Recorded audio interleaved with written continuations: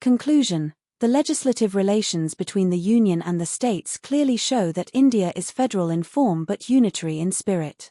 Although powers are distributed between the Union and the states, the Constitution grants greater legislative authority to the Union to ensure national unity, integrity, and uniformity. Articles 245 to 255 of the Constitution clearly establish the supremacy of Parliament in legislative matters.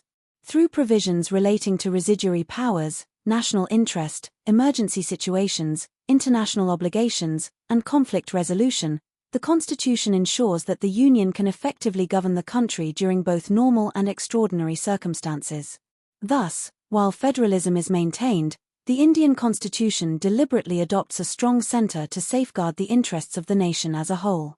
The legislative scheme under Articles 245 to 255 proves that India is federal in structure but unitary in spirit, with Parliament enjoying legislative supremacy.